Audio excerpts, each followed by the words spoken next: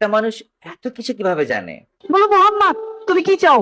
যদি এই আরবের সব থেকে সুন্দর নারী চাও অথবা যে কোনো সম্পদ চাও, আমরা তোমার জন্য দিব। একজন উত্তর দিয়ে না জানেন, তবুও তুমি এখান থেকে সরে আসো। আল্লাহ রাসূলের যে দিনের দাওয়াত, এটা তো বিপ্লব। আল্লাহ রাসূল বললেন, লাওয়াদা আশ-শামসা ফি ইয়ামিনি ওয়াল কামারা ফি শিমালি। যদি পুরো সূর্য এসে ডান হাতে দাও, চন্দ্র এনে বাম হাতে দাও, তবু এই দিনের দাওয়াত থেকে আমি সরে যাব না। একটা মানুষ এত অথেন্টিক নিউজ কতটা পড়লে, কতটা জানলে, কতটা সাহসী এবং কতটা সৎ হলে একটা মানুষ ফ্ললেস কথা বলতে পারে? ইলেকশনের আগে বড় বড় ফিগারকে এখানে অ্যাসাসিনেশন করা হবে, গুপ্ত হত্যা করা হবে। আমরা হয়তো কথা বলতে বলতে একই কথা দুইবার বলে ফেলি, একটা একটা লাইন সেকেন্ড টাইম বলি, উনি কখনোই সেটা করতো না। আমরা যদি শহীদ হয়ে যাই, আমাদের সন্তানেরা লড়বে, তার সন্তানেরা লড়বে। কিয়ামত পর্যন্ত বাংলাদেশ নামক জমিন যতদিন বেঁচে থাকবে, ততদিন পর্যন্ত আজাদির সন্তানেরা লড়াই করবেই করবে। কোনো একটা ওয়ার্ড উনি সেকেন্ড, উনি আরেকটা গুণ আমি বলি, আমি জানি না আপনারা নোটিস করেছেন কিনা, উনি যখন কোন একটা স্টেটমেন্ট, কোন একটা কথা বলে, কখনোই সেকেন্ড ওয়ার্ড, একই ওয়ার্ড সেকেন্ড টাইম রিপিট করে না। এটা কি? আমি নির্বাচনে দাঁড়িয়েছি, লিফলেটটা দিয়ে সালাম দিয়ে। কেন নির্বাচন করবা? আমি এমপি হতে চাই। এমপি কেন হবা? তোমার কি কোনো অভিজ্ঞতা আছে? আমি বললাম, কেমন অভিজ্ঞতা? বলে, তুমি কোনোদিন ওয়ার্ড কাউন্সিলর হয়েছো, তুমি এমপি হতে চাও? জাস্ট আমি একটু ধৈর্য হারাই গেলাম। পরে যে প্রশ্নটা করলো, তুমি জানো এখানেই কেন করছো? আমি বললাম, আমি এখানের ভোটার, ঢাকা হাটের ভোটার, করতে সমস্যা কি? আর তুমি কি ওয়ার্ড কাউন্সিলর হয়েছো? আমি বলি, ওয়ার্ড কাউন্সিলর আর এমপির কাছ তো এক না, আমি ওয়ার্ড কাউন্সিলর কেন? তারপর আমি বললাম, আমি শুরু করছি এমপি দিয়ে, আমি তো একদিন জাতিসংঘের মহাসচিব হইতে চাই। তারপর সে দেখলাম খুবই ট্রিগার্ড হয়ে গেছে। হ্যাঁ, বাচ্চা মানুষ। আমি বললাম, চাচা এই মনস্তত্ব ভাঙতে হবে। উঠে এসে বললো, তোমরা তো সবকিছু ভেঙে ফেলছো। আমি বললাম, ইয়েস ইনশাল্লাহ, আমরা আরো অনেক কিছু ভাঙবো। ওনার ব্রেন এত শার্প, বিকজ উনি জীবনে এত পড়াশোনা করেছে। এবং সবচেয়ে বড় কথা, ভারতবর্ষের যে এই যত ধরনের ইস্যুস গুলো ছিল, প্রত্যেকটা কোন সালে কোন রাজ্যে কত সংখ্যা আহত, আমার কাছে মানে জীবন্ত একটা এনসাইক্লোপিডিয়াকে আমি দেখতেছি। আমি তো ভীষণ ভাবে প্রত্যাশা করি, আমি ছোটবেলা থেকে এই স্বপ্নটা দেখি, অনেক জায়গায় বলেছি, একটা তুমুল মিছিল হচ্ছে অন্যায়ের বিরুদ্ধে। সেই মিছিলের সামনে আমি আছি, কোনো একটা বুলেট এসে আমার বুকটা হয়তো বিদ্ধ করে দিয়েছে। ন্যূনতম ওই জীবনটা লিড করতে পারলাম, যাতে একটা ইনসাফের হাসি নিয়ে আমি আমার আল্লাহর কাছে পৌঁছাতে চাই। এই যে মানুষটার জ্ঞানে প্রেমে পড়লাম আমি, উনি চলে যাওয়ার শেষ দিন পর্যন্ত আমি ওনার থেকে আর ডিসকানেক্ট হই নাই। বিএনপি যদি এখনো মনে করে তার পুরনো ধারার রাজনীতি কইরা সে ক্ষমতা আসবে এবং টিকে থাকবে, আগে আপনাদেরকে বলছিলাম বিএনপি ক্ষমতা আসলে থাকতে পারবে সর্বোচ্চ 3 বছর। আজকে সময় আরো কম মনে হইতেছে। বিএনপি যদি বিপুল ভোটে না 300 তে 300 জিততে আসে, এই অবস্থায় সে 2 বছরের বেশি সরকার রান করাইতে পারবে না। বাংলাদেশের স্বাধীনতার সার্বভৌমত্ব, বাংলাদেশের ইসলাম এবং মুসলমানকে বাঁচাইতে হইলে আমাদেরকে তুমুল যোগ্যতা অর্জন করতে হবে। এই মাদ্রাসা শিক্ষিত জনগোষ্ঠীর মধ্যে হাজার হাজার ছেলে লাগবে, যারা সিএনএনে, আল জাজিরায় তুমুল ইংলিশে বলতে পারবে। তাকে যে জঙ্গি বলা হয়, মিথ্যে ট্যাগ দেওয়া হয়, এটাকে ডিবাঙ্ক করতে পারবে সেই ইংলিশে, এবং অবাক করার মতো ফ্লুয়েন্ট ইংলিশে। এই যোগ্যতা আমার লাগবে। আমাদের ভাইয়েরা কিতাবি আরবি এবং অন্য আরবি ভিন্ন জিনিস, তাকে দুর্দান্ত আরবি বলতে পারতে হবে। আমাদের প্ল্যাকার্ডে ইংলিশ কই, আমাদের প্ল্যাকার্ডে আরবি কই। ভাই, নিজের কাজ নিজে না করলে অন্য কেউ কইরে দেয় না।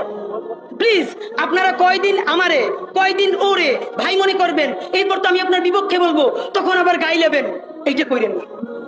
নিজে শক্তিশালী হন, নিজে যোগ্যতা অর্জন করেন। আমারে গালি দিয়ে হইলেও, বোকা দিয়ে হইলেও, যে এই পুচকি বলা এত ভাব লয়, যা যোগ্যতা অর্জন কইরে ফেলাই। তবে কি জানেন, মিছিল দিয়া জান দেওয়া এটা একদিনের কাজ, 3 দিন 5 দিন 1 মাসের কাজ। যোগ্যতা তো আর 1 বছরে অর্জন হয় না। এটা বিরাট একটা জিহাদ। আপনারা বলেন না জিহাদ চাই, চলেন জিহাদটাই শুরু করি।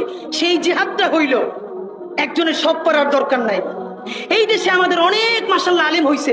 আলেমদের মধ্য থেকে এখন আইটি উদ্যোক্তা লাগবে, বুলধেরান মিডিয়া লাগবে। আমার যে 8000-এর ছেলেটা এখন পড়ে, চলেন সে আজকে জিহাদ ঘোষণা করি।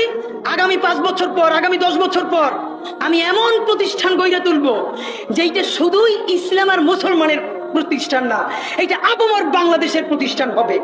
আর দেখেন, যতবার ইসলাম কায়েমের কথা বলি, তার আগে যদি ইনসাফ কায়েমের কথা বলতাম, আমার হিন্দু অন্য ধর্মের ভাইরাও তো সাথে পাইতাম। কেন? ইনসাফ যদি রাষ্ট্রে কায়েম হয়ে যায়, তাহলে 80% ইসলাম তো এমনিতেই কায়েম হয়ে যায়।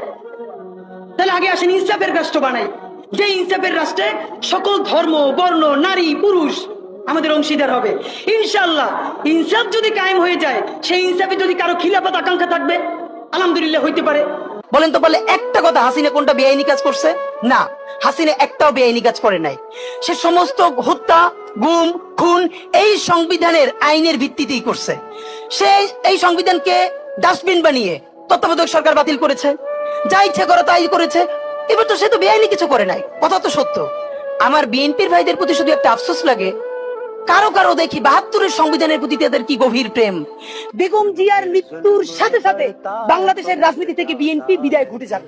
এখনো বিএনপি যেটুকু না সেটা বিএনপির বেগম জিয়ার নামে। বেগম জিয়ার মৃত্যুর সাথে সাথে বাংলাদেশ থেকে কিন্তু বিএনপি নাই হয়ে যাবে, কিন্তু সেটা আমাদের জন্য খুব আনন্দের সংবাদ না। কারণ ভারতীয় আধিপত্যবাদ বিরোধী লড়াইয়ে শহীদ জিয়ার এবং বেগম জিয়ার বিএনপি আমাদেরকে লাগবে। নাম্বার 1, বিএনপি আপনাদেরকে মনে করাই যে অধ্যত্ব ও অহমিকা। আপনাদের বডি ল্যাঙ্গুয়েজে, আরে ভাই 1 বছর আগে ছিলেন বিলাই, টক শোতে যান নাই, অনলাইনে কানেক্টেড হইছেন, সেখানেও কে যেন নক করছে, বাসা থইয়া দৌড়াইতেছেন, মানে এটা তো আমরা মানি। এর মানে আপনারা বিলেই তো ছিলেন, এখন আপনি বাঘ হয়ে উঠছেন। সেই বাঘের কণ্ঠ কার সাথে দেখাইতেছেন? এই দেশের নিরীহ মানুষের সাথে। আওয়ামী লীগ কয়টা ধরে হেসতে পারছেন? কয়টা আওয়ামী লীগের বিরুদ্ধে অ্যাকশনে যাইতে পারছেন? কোটি কোটি টাকা খাই ওই হাজিম সেলিমের লোক স্টেজে উঠান। অধ্যত্ব আর অহমিকা, আপনারা এইবার লাস্ট চান্স, যদি বাদ দিতে না পারেন আপনাদের দেশে আর কোনো রাজনীতি থাকবে না, মানে থাকবে না, মনে রাখেন। সজীব ওয়াজেদ জয়, এটার নাম বলা ঠিক না, এটার নাম হলো অটিস্টিক জয়। এইটার আমার নাম দিচ্ছে ডাক্তার। আমার ধারণা আমার মা পাইছে নাই, কারণ সে কথায় কথায় যেরকম আপনারা দেখছেন আওয়ামী লীগ যখন ক্ষমতায় ছিল 15 বছর ধরে যেই রিয়েকশনটা দেওয়ার কথা ইউনিয়ন পরিষদের একজন মেম্বার নিরও যে রিয়েকশন দেওয়া কাটে না, সেটা হাসিনা দিত। এখন দেশে এত ঘটনা ঘটে যাইতেছে, কিন্তু সে ভিডিও কলেও আসে না, প্রকাশ্য আসে না। আমার ধারণা সে আছে কিনা এইটা প্রমাণ করার জন্য তার একবার ভিডিও কলে আসা উচিত। আর যদি টিটপটাং হয়ে যায় তাহলে আমাদের জানার ইচ্ছা তার কি কবর হয়েছে নাকি চিতায় তুলছে। অনেকেই তারে বলে যে তার মৃত্যু কামনা করি, আমরা একদম মনে প্রাণে বলি আমরা হাসিনার এত দ্রুত মৃত্যু চাই না। অন্তত প্রথমত আল্লাহর কাছে প্রার্থনা করি সে 100 বছর বাঁচুক, এবং সে গত 15 বছরে বাংলাদেশের যত সন্তানকে এতিম করেছে, যত বাবা মার বুক খালি করেছে, গণহত্যা করেছে, গুম করেছে, খুন করেছে, আয়নাঘর করেছে, দেশের প্রতিটা ইঞ্চি তার ক্ষমতার জন্য দিল্লির কাছে কেজি ধরে বিক্রি করে দিয়েছে। আগামী 20 বছর আল্লাহ তাআলা প্রত্যেকটা সেকেন্ড মিনিট তার অন্তরে সেই জাহান্নামের যন্ত্রণা দিবে।